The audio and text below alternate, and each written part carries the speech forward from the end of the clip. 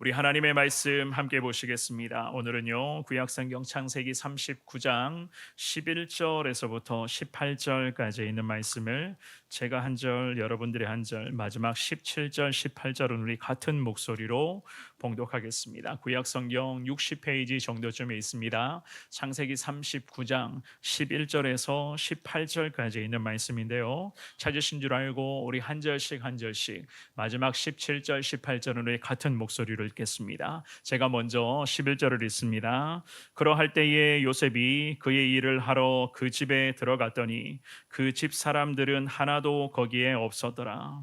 그 여인이 그의 옷을 잡고 이르되 나와 동침하자. 그러나 요셉이 자기의 옷을 그 여인의 손에 버려두고 밖으로 나가매. 그 여인이 요셉이 그의 옷을 자기 손에 버려두고 도망하여 나감을 보고 그 여인의 집 사람들을 불러서 그들에게 이르되 보라, 주인이 히브리 사람을 우리에게 데려다가 우리를 희롱하게 하는도다. 그가 나와 동침하고자 내게로 들어오므로 내가 크게 소리 질렀더니 그가 나의 소리 질러 부름을 듣고 그의 옷을 내게 버려두고 도망하여 나갔느니라 하고. 그의 옷을 곁에 두고 자기 주인이 집으로 돌아오기를 기다려 같이 봅니다. 이 이 말로 말로 그에게 그에게 말하여 말하여 이르되 이르되 당신이 우리에게 데려온 히브리 종이 나를 희롱하려고 내게로 들어왔으므로 내가 소리질러 불렀더니 그가 그의 옷을 내게 버려두고 밖으로 도망하여 나갔나이다. 아멘. 오늘 나누게 될 이 귀한 말씀을 통하여서 그야말로 말씀의 제목처럼 늘 주님께 인정받는 자로 승리하시는 여러분 모두가 되시기를 우리 주님의 이름으로 축원합니다. 제가 말씀을 나누기 전에요, 그 방송실 한번 모니터 스피커를 한번 체크해 주시고, 제가 지금 목이 좀 그 스피커 부분들을 한번 체크해 주시면 좋으실 것 같습니다. 사람은 누구나 그렇습니다. 인정받고 칭찬받는 것을 좋아하죠, 그죠? 인정받고 칭찬받는 것. 물론 저도 마찬가지입니다. 나름대로는 인정받으려고 노력하면서 특별히 살아계신 하나님 앞에서 인정받고 정말로 하나님으로부터 늘 칭찬받고 그 은혜를 사모하는 사람이 되게 해달라, 그러한 목회자가 되게 해달라 늘 기도하는 것이 계속 제 개인의 기도 제목의 일부이기도 한데요. 또한 그런 모습들이 물론 제 개인뿐만이 아니라 우리 모두가 마찬가지입니다. 살아가는 데 있어서 성공의 지름길로 생각을 하고 있고, 특별히 우리 자녀들도 부모님으로부터 늘 인정받는 것을 원하고 있을 것이고, 우리 직장 생활 하시는 분들도, 물론 학교 다니는 학생들도 마찬가지겠죠, 그죠? 직장에서 인정받는 것을 당연히 승진의 지름길로 여기는 것, 보통 우리 시대의 그러한 문화가 바로 이러한 부분이 있지 않은가 하는 생각을 하게 됩니다. 그런데 우리는 한편으로는요, 그리스도인들이기도 합니다. 그러므로 세상으로부터 인정받는 것, 특별히 주변의 사람들로부터 내가 속한 직장이나 내가 다니는 학교나 아니면 내가 여러 가지 적을 두고 있는 공동체로부터 인정받는 것, 물론 우리에게는 중요하지만 저와 여러분들만큼은 가장 먼저는 하늘의 하나님, 살아계신 하나님, 그 위대하신 하나님으로부터 우리가 인정받는 것이 우리에게는 평생의 사명인 줄을 믿습니다. 그래서 우리는 세상 속에서 살아가고 있지만 세상을 향해서 오늘도 예수 그리스도의 거룩한 복음을 외쳐야 되는 사람들이고, 특별히 예수님으로부터 인정받는 삶을 살아가겠다 늘 기도하시면서 하나님의 그 은혜를 사모하며 나아가는 것이 우리에게 맡겨주신 주님의 위대한 사명이 아닐까, 그런 생각들을 해보게 됩니다. 제가 얼마 전에 손양원 목사님에 대한 글을 제가 읽게 되었는데요, 그 손양원 목사님의 어린 시절, 그 목사님은 어린 시절부터 기독교 신앙으로 성장을 했다고 그렇게 이야기를 하더라고요. 그리고는 하나님의 인도하심 가운데 일본으로 가서 일본에서 공부를 마치고 다시 고국으로 돌아와서 일제치하 조선 땅에 교회를 개척하고 나병 환자를 돌보는 그 사역을 시작을 하셨는데, 특별히 우리가 잘 아는 것처럼 신사참배, 그 신사참배를 반대하다가 손양원 목사님은 결국 체포가 되어서 일제시대 때의 지독한 감옥, 그 고문으로 인한 그 감옥 생활을 하시기도 하셨죠, 그죠? 게다가 해방이 되어서 1948년도에 여수 순천 그 사건 당시에 그 손 목사님의 두 아들이 있었는데, 그 두 아들들이 반란군들에 의해서 총살을 당하는, 정말로 비극을 겪었었던 그러한 아픔이 있었습니다. 그럼에도 이 손양원 목사님은 어떻게 하셨는가? 아들을 죽인 그 사람마저도 용서하고 자신의 양아들로서 삼기까지 하셨던 그러한 위대한 신앙의 인물 아니었습니까? 그렇다면 이 손양원 목사님은 왜 이렇게까지 했을까? 그렇습니다. 오늘 말씀의 제목이기도 한데요. 세상으로부터 인정받는 것은 그분에게는 안중에도 없었습니다.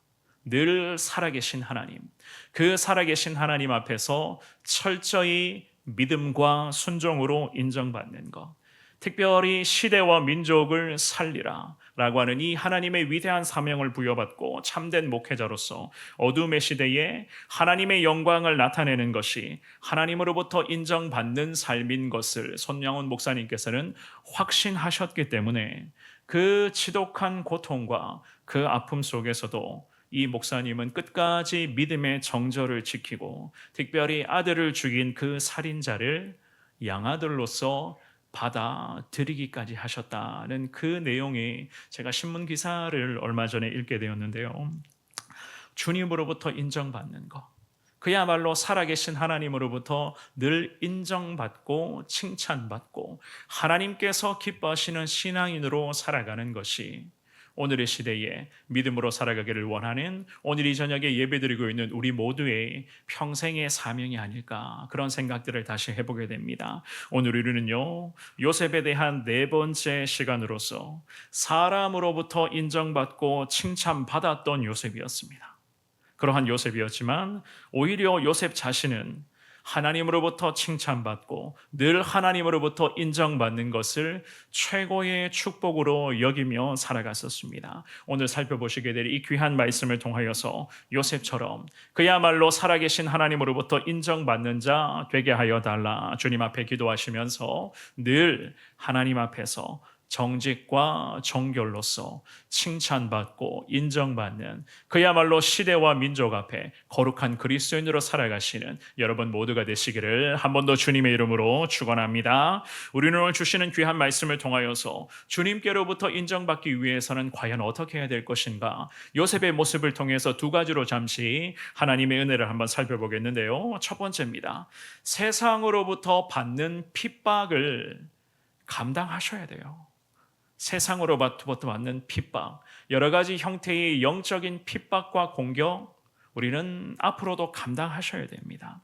우리가 금요일 저녁마다 이 요셉을 살펴보고 있는데요. 그야말로 이 요셉의 삶은 고난의 연속이었습니다. 형님들로부터 미움을 받아서 애굽이라는 나라의 노예로 팔려오게 되었습니다. 그리고는 보디발 장군의 그 집안에 노예로 가게 되었고 그 집안에서 노예로서의 삶을 지금 살아가는 중이었습니다. 특별한 하나님의 도우심, 우리 하나님의 은혜를 통하여서 이 보디발 장군의 집안에서 노예로서의 삶에 겨우 정착하고 적응해라는 그러한 찰나였는데요. 그런데 이번에도 이 요셉에게는 예상하지 못한 어려움이 발생되는 것을 볼 수가 있습니다. 오늘 본문의 창세기 39장에 보시면 6절과 7절은 성경은 이렇게 말씀을 합니다. 우리 같은 목소리로 6절 7절 읽어봅니다. 시작. 주인이 그의 소유를 다 요셉의 손에 위탁하고 자기가 먹는 음식 외에는 간섭하지 아니하였더라. 요셉은 용모가 빼어나고 아름다웠더라. 그 후에 그의 주인의 아내가 요셉에게 눈짓하다가 동침하기를 청하니. 아멘. 이 요셉은 주인이었던 보디발로부터 인정을 받았습니다. 물론 사람으로부터 인정받고 칭찬받는 것이 전부가 아니었습니다만은 요셉은 그만큼 성실하게 이 보디발 장군의 집안에서 자기 자신에게 주어진 임무와 역할에 대해서 최선을 다했다는 거예요. 그래서 방금 읽어보셨던 6절 말씀의 중반부에 보시면 먹는 음식 외에는 간섭하지 아니하였더라, 이렇게 이야기를 하죠. 그죠? 그만큼 장군 보디발은 이 노예, 자기 집안의 노예였던 이 요셉을 신임하면서 보디발 자기 자신이 먹는 음식 외에는 다른 어떤 것도 관여하지 않았습니다. 게다가 6절의 하반절에서는요, 요셉에 대해서 성경은 이렇게 말씀합니다. 용모 자체가 뛰어났다라고 그렇게 말씀을 하거든요. 이 6절 하반절에 요셉은 용모가 빼어나고 아름다웠더라. 이 구절을 문자 그대로 해석하면은 몸매가 좋고 얼굴이 미남이었다라는 그러한 원어로서 그렇게 해석을 할 수가 있습니다. 그런데 이러한 요셉에게 예상하지 못한 일이 다시 발생을 해요. 보디발 장군의 아내가 이제는 문제가 되고 있었는데요. 이 요셉을 이 보디발 장군의 아내가 유혹을 합니다. 그런데 더 기가 막힌 것은 이 보디발 장군의 아내는 요셉을 유혹하기를 시작을 하는데 한두 번 유혹하고 그치는 것이 아니었어요. 계속 동침하기를 청했다고 성경은 그렇게 말씀을 합니다. 7절의 하반절에 요셉에게 눈짓하다가 동침하기를 청하니, 동침하기를 청하니라고 하는 이 구절이 원래는 명령형으로 기록되어져 있거든요. 즉 요셉이 아내로부터 명령을 받았는데 동침에 대한 이 명령이 요셉에게 계속 임하고 있었던 것이었습니다. 노예를 향해서 주인의 아내가 명령을 하는데 동침에 대한 명령, 이 동침하자라고 하는 이것이 명령 형태로 계속 이루어지고 있었으니 그만큼 이 보디발 장군의 아내의 유혹은 요셉에게는 굉장히 치명적인 고난으로 지금 다가오고 있었던 거예요. 이런 유혹 앞에 믿음의 사람 요셉이 어떻게 반응하죠? 우리가 잘 알고 있죠, 그죠? 8절과 9절을 한번 읽어볼까요? 오늘 39장에 8절 9절이 있습니다. 시작. 요셉이 거절하며 자기 주인의 아내에게 이르되 내 주인이 집안의 모든 소유를 간섭하지 아니하고 다 내 손에 위탁하였으니 이 집에는 나보다 큰 이가 없으며 주인이 아무것도 내게 금하지 아니하였어도 금한 것은 당신뿐이니 당신은 그의 아내임이라. 그런즉 내가 어찌 이 큰 악을 행하여 하나님께 죄를 지으리까. 아멘. 사랑하는 여러분, 하나님으로부터 인정받는 자들은 세상으로부터의 핍박은 사실상 필연적입니다. 피할 수도 없을 뿐더러 우리가 세상으로부터 겪게 되는 핍박을 우리가 피한다고 해서 피해지는 것이 결코 아니잖아요. 우리 성도님들 아마 지금도 경험하고 계실 거라고 생각을 합니다. 이번 돌아오는 주일 사도행전 12장의 말씀을 우리가 살펴볼 건데요. 이 사도행전 12장에 있는 말씀도 마찬가지였어요. 개인도 그렇고 교회도 그렇고 이 핍박과 고난과 특별한 이 영적 전쟁의 형태, 이러한 영적인 전쟁들은 하나님을 믿는, 특별히 하나님을 향해서 가까이 나가기를 몸부림을 치는 거룩한 하나님의 백성들에게는 필연적이라는 거예요. 이 요셉이 이 아내의 유혹을 거절하면서 이런 이야기를 합니다. 보디발에게도 인정받고 있는 것, 즉 주인이 집안 모든 소유를 요셉 자기에게 맡겼다는 것을 이야기를 해요. 그런데 이 요셉은 보디발에게 인정받는 것보다 오히려 나를 인정해 주신 하나님 앞에서 나는 절대 죄를 범할 수 없다라고 하는 이야기를 이 여인의 면전에서 선포를 하거든요. 방금 읽어보셨던 9절의 말씀의 하반절에 보시면 그런즉 내가 어찌 이 큰 악을 행하여 하나님께 죄를 지으리까. 저도 그렇고 우리 성도님들도 이 요셉의 신앙 고백이라고 할까요? 이 요셉의 평소 신앙의 이 말씀을 우리는 너무너무 잘 알고 있는 말씀입니다. 물론 이번에도 그래요. 제 개인적으로는 이 말씀을 다시 묵상을 하고 준비를 하면서 여러 가지 생각들을 해보게 되었는데요. 만약에 요셉이 하나님께로부터 인정받는 것보다 사람의 인정을 좀 더 중요하게 생각했더라면, 하나님의 칭찬보다 하나님 중심의 삶보다 인간 중심의 삶을 살아가는 데에 자기 인생의 무게를 좀 더 두었다면 과연 이 상황에서 요셉이 어떻게 되었을까? 보디발 장군의 칭찬과 인정이 요셉 개인에게 더 중요한 비중을 차지하고 있었다면 이 요셉은 분명 여인의 유혹에 넘어갔을 거예요. 분명히 그랬을 겁니다. 어떻게 생각하십니까? 저는 그렇게 생각을 했거든요. 왜 이렇게 생각을 했는가 하면 요셉의 대답을 보시면, 이 말씀을 몇 번이고 묵상해 보면 이 요셉의 마음, 특별히 요셉을 통하는 하나님의 그 메시지를 우리는 분명히 찾을 수가 있어요. 요셉은 단호하고도 분명하게 여인의 면전에서 대답합니다. 절대로 살아계신 하나님 앞에서 죄를 범할 수 없다는 것을 선언했어요. 보통은요, 이런 상황을 마주하게 되면 사람의 양심사항이라고 할까요? 사람의 양심상도 그렇고 노예의 신분이었기 때문에 아마 그랬을 것 같아요. 아내의 유혹을 거절한다? 이 아내의 유혹이, 보디발 장군의 이 아내의 유혹이 명령으로 노예에게 계속 지금 하달되고 있었는데 이 주인이었던 이 아내의 유혹을 거절한다? 게다가 거절하면서 하는 말이 하나님 앞에서 절대 죄를 지을 수 없다는 이야기를 지금 하고 있었습니다. 보통은 그렇잖아요. 나는 주인의 사람입니다. 나는 이 집안의 종입니다. 이 집안의 종인데 내가 어떻게 내가 모시고 있는 주인을 배신할 수가 있단 말입니까? 저는 절대로 그럴 수 없습니다. 라고 이야기하는 것이 보통 사람들의 반응 아니겠습니까? 그런데 이 아내의 치명적인 유혹 앞에 요셉의 대답은 보통 사람들의 반응과는 달랐습니다. 여기서 우리는 무엇을 배울 수가 있는가?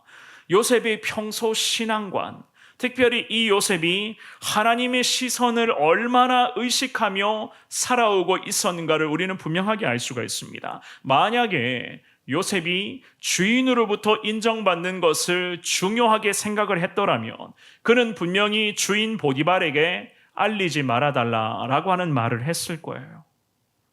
당신이 나를 이렇게 유혹하는데 이 보디발, 내 주인 보디발에게는 이 사실을, 이 상황을 알리지 말아달라라는 이런 부탁도 했을 겁니다. 그런데 그의 대답은 주인 보디발은 요셉에게는 두 번째였습니다.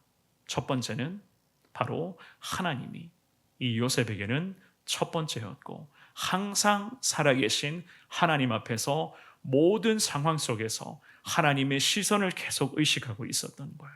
지금 여인으로부터의 이 유혹을 명령으로 유혹이 다가오고 있었는데 이 유혹을 요셉이 받아들이게 되면 하나님 앞에서 죄를 짓는 것이고 이것은 결국 나와 함께 하시는 하나님을 배신하는 것이다 라는 것을 요셉은 명확하게 알고 있었습니다. 그렇다면 왜 이렇게까지 반응을 했었는가?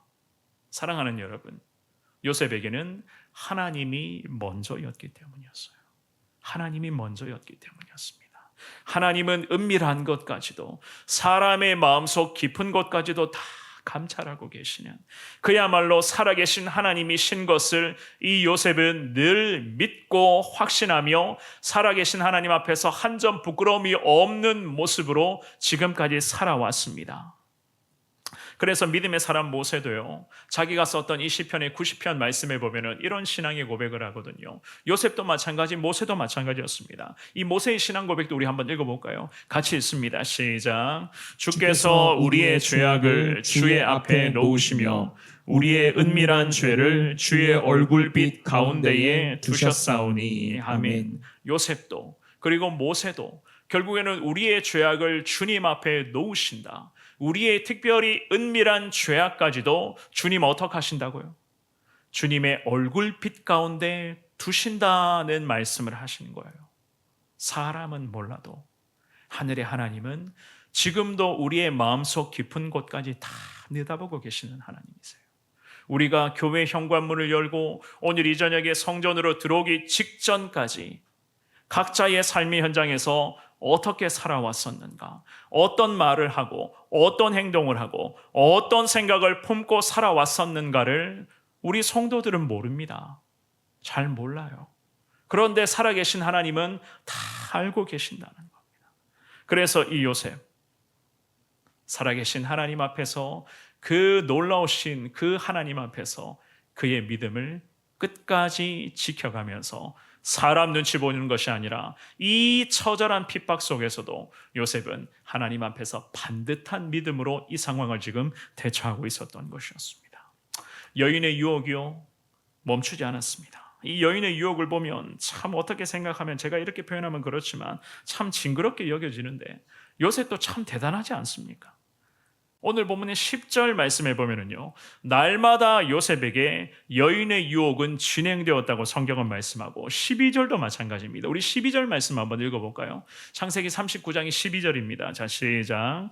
그 여인이 그의 옷을 잡고 이르되 나와 동침하자. 그러나 요셉이 자기의 옷을 그 여인의 손에 버려두고 밖으로 나가매. 아멘. 이 유혹은 계속 이어지고 있었고 결국에는 요셉이 하다 못해서 여인의 유혹을 뿌리치는데 아예 이번에는 밖으로 나가버렸다고 성경은 요셉의 반응, 죄의 유혹을 마주할 때에 이 요셉의 반응을 성경은 이렇게 지금 말씀을 합니다. 12절 말씀의 하반절에 밖으로 나가매라고 하는 이 구절은요, 사실상 여인, 이 보디발 장군의 아내에게도 순종해야 되는 의무가 있는 요셉, 이 의무가 있는 노예 아니겠어요? 이 노예 요셉이 이 보디발 장군의 아내의 유혹에 아예 밖으로 나가버렸습니다. 밖으로 나가버렸어요. 안주인의 유혹을 떨쳐낼 수 있는 방법이 그리 많지 않았거든요. 그래서 이 요셉은 이번에는 아예 밖으로 도망쳐버렸습니다. 왜냐하면 물론 보디발 장군에게도 그런 마음이 있었지만 이 요셉은요, 살아계신 하나님 앞에서 절대로 그의 믿음의 정절을 무너뜨리지 않는다는 것이 그의 신앙의 명확한 신앙의 관점이었기 때문에 이 요셉은 아예 지금은 밖으로 나가버렸다. 성경은 그렇게 말씀을 합니다. 사랑하는 여러분, 이 요셉의 이러한 반응은요, 요셉 개인의 믿음에서부터 나오는 순종이기도 했지만 저는 이렇게 생각을 합니다. 하나님께서 이렇게도 극한의 순간이라고 제가 한번 표현해 볼게요. 이 극한의 순간까지도 하나님은 요셉과 함께 하셨다는 거예요. 우리 하나님 능력의 손으로 이 믿음의 사람을 주님은 강하게 붙잡아 주셨다는 겁니다. 특별히 위기와 치명적 유혹의 순간 앞에서 성령을 통해서 하나님은 요셉에게 지혜를 주신 것이다. 우리는 그렇게 생각할 수가 있거든요. 왜냐하면 그 시대의 노예가 주인의 명령을 뿌리친다. 게다가 안주인의 이러한 유혹을, 이러한 명령을 뿌리치고 도망간다는 것은요, 대단한 배짱이 없으면 불가능한 것이거든요. 그래서 이것은 어디까지나 요셉 개인의 믿음도 물론 대단하지만 요셉과 함께 하시는 하나님의 특별한 인도하심이고 우리 하나님의 보호하심을 우리는 믿어야 되는 거예요. 그래서 우리는 이렇게 생각할 수가 있습니다. 요셉처럼 믿음을 지키며 신앙의 정절을 우리가 지키며 살아가다 보면은 저나 여러분들도 앞으로도 많은 어려움들을 분명히 당할 것입니다. 손양원 목사님이 신사참배의 그 극한의 위기 속에서도 끝까지 신앙의 정절을 지켜가며 믿음으로 이겨냈었던 것처럼 심지어는 두 아들이 죽어나가는데도 불구하고 아들을 죽인 저 살인자를 자기의 양아들로 받아들이면서까지 예수 그리스도의 거룩한 그 용서와 사랑을 실천하셨던 그 목사님의 순종, 자동적으로 그런 게 아니죠. 목회자이기 때문에 자동적으로 양아들을 받아들여야 된다, 그런 게 아니었단 말입니다. 그 내면 안에 얼마나 많은 갈등과 번민이 있었겠습니까? 두 아들을 죽였단 말입니다. 당장에 저 살인자를 정말로 잡아서 죽이고 싶은 그런 마음이 왜 없었겠습니까? 그럼에도 이 손양원 목사님은 그 두 아들을 죽인 살인자마저도 자기의 양아들로 받아들이면서 과연 나와 함께 하시는 그 하나님 앞에서 신앙의 정절과 그 예수께서 우리에게 베풀어 주신 그 용서와 십자가 사랑이 과연 어떠한 것인가를 직접 삶으로 순종의 과정을 통해서 이 손 목사님은 보여주신 것 아니겠습니까? 요셉도 마찬가지입니다. 이 치명적인 유혹 앞에 끝까지 믿음을 지키며 함께 하시는 하나님만을 바라보았고 그 하나님 앞에서 한 점 부끄러움 없는 모습으로 거룩한 모습으로 반듯하게 나아갔기 때문에 우리 하나님은 보이지는 않지만 능력의 손으로 이 요셉을 강하게 붙잡아 주시고 이 상황 속에서 아예 그냥 도망쳐버리도록 성령을 통해서 이 요셉에게 이 상황을 이겨낼 수 있는 지혜를 주시고 위기를 극복할 수 있는 담력을 주시고 하나님이 끝까지 책임져 주신다는 이 신앙의 확신 가지고 나갈 수 있도록 우리 주님께서는 믿음의 사람 요셉을 주님이 지키시고 함께하여 주셨던 것이었습니다. 고린도전서 2장 5절 말씀에 보면 이렇게 성경은 말씀을 합니다. 우리 같은 목소리로 이 말씀 읽어봅니다. 시작.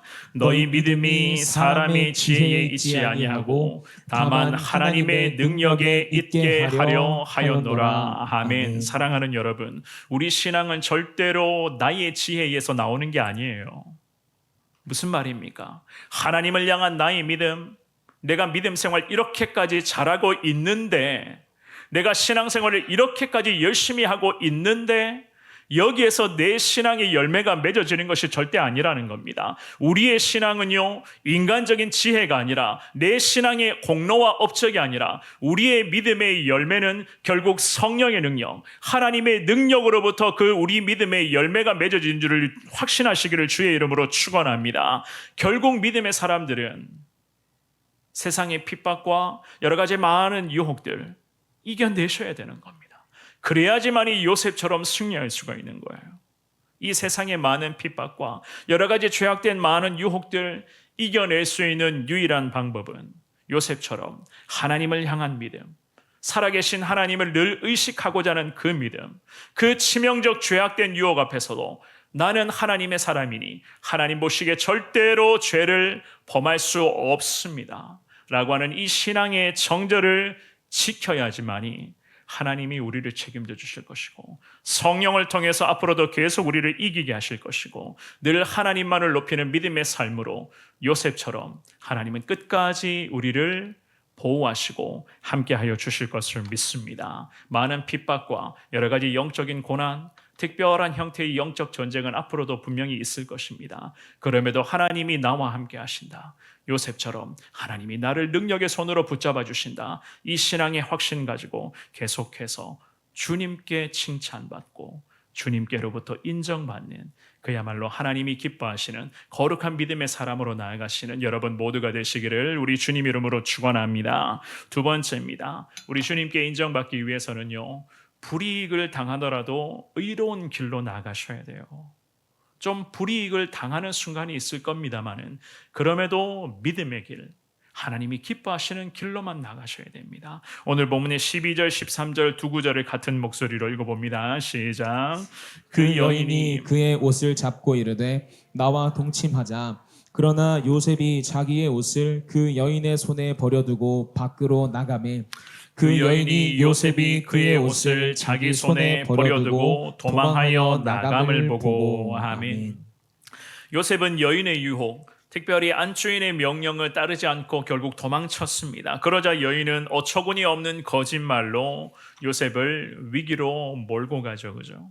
방금 읽어보셨던 13절 말씀에 도망하여 나감을 보고 이 여인은 치욕적인 모욕감을 받았다라고 하는 그런 의미로 이 구절을 보통은 해석을 합니다. 요셉을 증오하며 여인이 결국 모함을 합니다. 어떻게 해요? 14절 15절 읽어볼까요? 14절 15절 읽습니다. 시작. 그 여인의 집 사람들을 불러서 그들에게 이르되 보라, 주인이 히브리 사람을 우리에게 데려다가 우리를 희롱하게 하는도다. 그가 나와 동침하고자 내게로 들어오므로 내가 크게 소리 질렀더니 그가 나의 소리 질러 부름을 듣고 그의 옷을 내게 버려두고 도망하여 나갔느니라 하고. 아멘. 여인은 그 집에 있었던 사람들을 불러 모아서 요셉을 모함합니다. 그리고 요셉이 옷을 벗어놓고 도망쳤다라고 거짓으로 고하죠. 그죠? 요셉을 향한 미움과 증오가 결국에는 여인의 마음속에 생겨나기를 시작했고 이제는 그런 것들이 거짓으로 변질되어서 믿음의 사람 요셉을 다시 또 다른 위기로 지금 몰고 갑니다. 게다가 여인은 남편에게까지 요셉에 대한 일을 거짓으로 보고합니다. 그 내용이 오늘 본문의 18절까지 쭉 기록되어져 있습니다. 사랑하는 여러분, 요셉의 인생을 가만히 지켜보시면 참 이 믿음의 사람 요셉도 대단하기도 하지만 어떻게 보면은요, 인생이 이렇게까지 어려울 수 있을까? 한 사람의 인생이 이렇게까지 꼬인다고 표현을 할까요? 이렇게까지 꼬여갈 수가 있을까? 이런 생각도 하게 됩니다. 특별히 치명적인 유혹 앞에 이 요셉이 이렇게까지 버텨내며 어떻게 이렇게 승리할 수 있었을까? 이런 생각을 하게 되면 참 요셉이라는 이 믿음의 사람도 대단하다는 생각을 계속 하게 되거든요. 노예였던 요셉에게는 여인의 유혹을 거절한다는 것은 그야말로 앞으로 당하게 될 불이익을 예상하고 그 불이익까지 다 감수하겠다는 것이었습니다. 그런데 이 요셉의 고백처럼 그는 하나님 앞에서 불이익이 생기더라 할지라도 살아계신 하나님 앞에서 이 요셉은 절대 죄를 범할 수가 없었습니다. 왜냐하면 그의 삶은 하나님으로부터 인정받는 것이 최고의 순종으로 이미 세팅이 되어 있었기 때문이었어요. 이미 하나님이라고 하는 이 절대신앙, 하나님을 향한 이 절대신앙이 요셉의 인생에 다 장착되어 있었던 것이었습니다. 우리가 잘 아시는 것처럼요, 대부분의 죄는 결국 하나님을 의식하지 않는 데서부터 비롯된 것이거든요.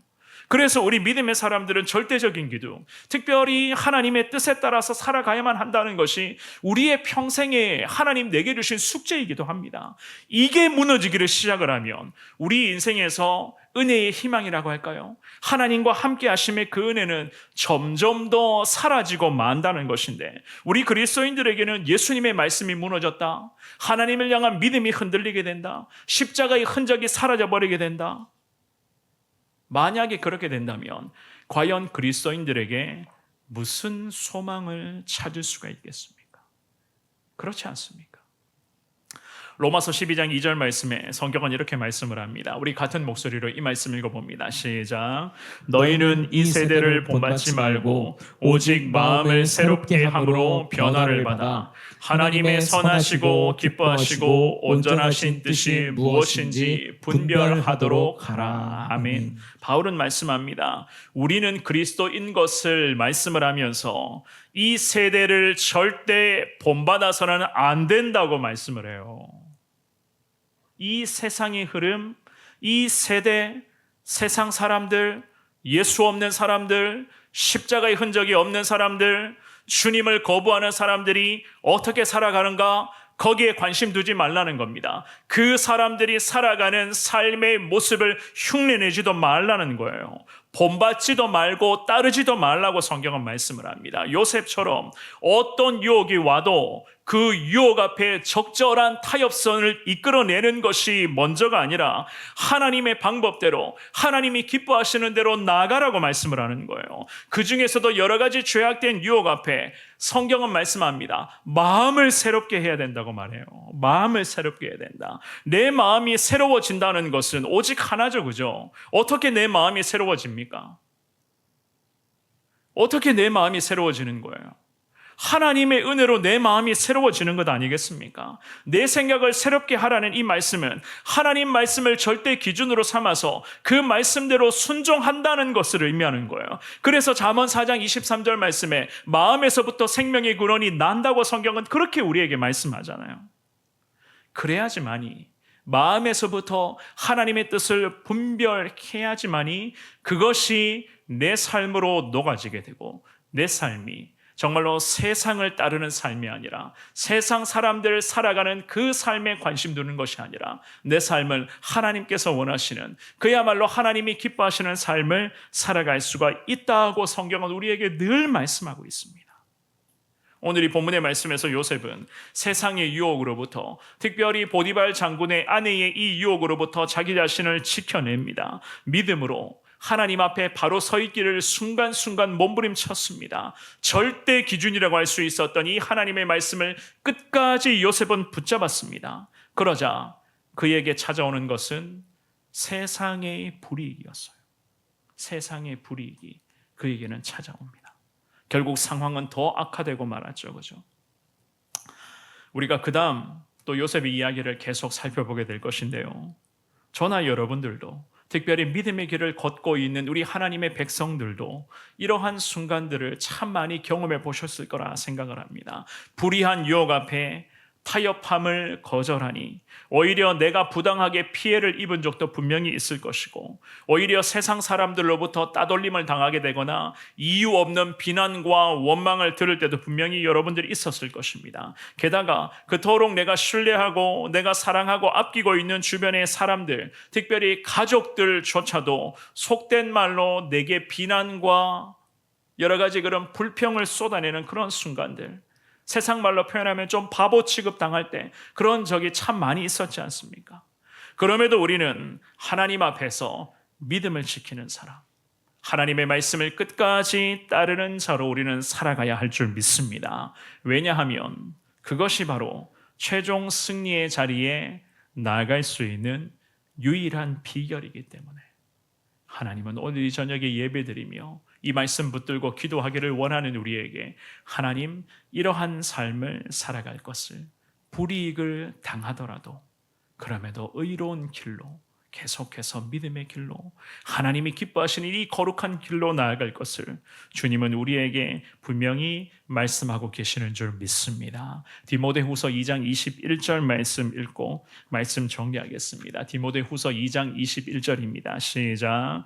그러므로 누구든지 이런 것에서 자기를 깨끗하게 하면 귀히 쓰는 그릇이 되어 거룩하고 주인의 쓰심에 합당하며 모든 선한 일에 준비함이 되리라. 아멘. 아멘.